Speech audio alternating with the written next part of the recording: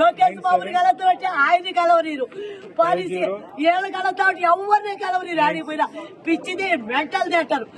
తిరుమలలో పనిచేసి బిడ్డని డిగ్రీ వరకు చదివించిన మాయ మాటలు చెప్పి ఉద్యోగం ఇప్పిస్తా పెళ్లి చేస్తా అని చెప్పి తెక్కుపోయి ఈ పొద్దునికి ఆసూకి లేదే.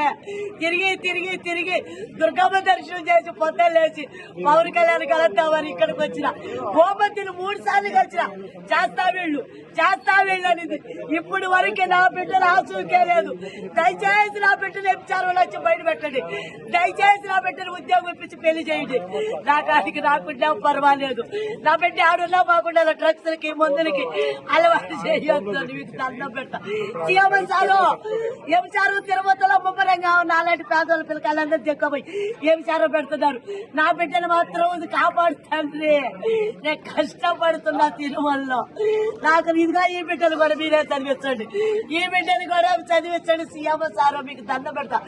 మీకు నారావారి పల్లికి వచ్చిన కలిసిన ఆడ పోలీసులు నన్ను భయపెట్టారు. సీఎం సార్కి చెప్పొద్దు.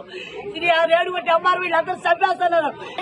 అన్నావు ఇప్పుడు నీ ఆఫీసులో చెప్తున్నా నీ దొమ్మతారు చంపేనాను.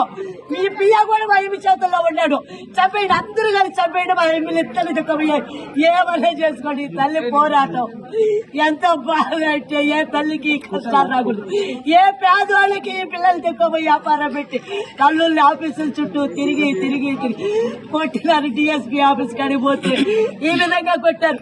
కలెక్టర్ ఆఫీస్ పోతే ఈ విధంగా కొట్టారు. బిడ్డల కోసం పోరాటనే ఉంటారు. కొట్టారు. నా బిడ్డ కోసం నేను పోరాటం తప్ప 20 ఇంట్లో ఖాళీ చేయించారు. 20 ఇంట్లో ఖాళీ చేయించారు. 20 ఇంట్లో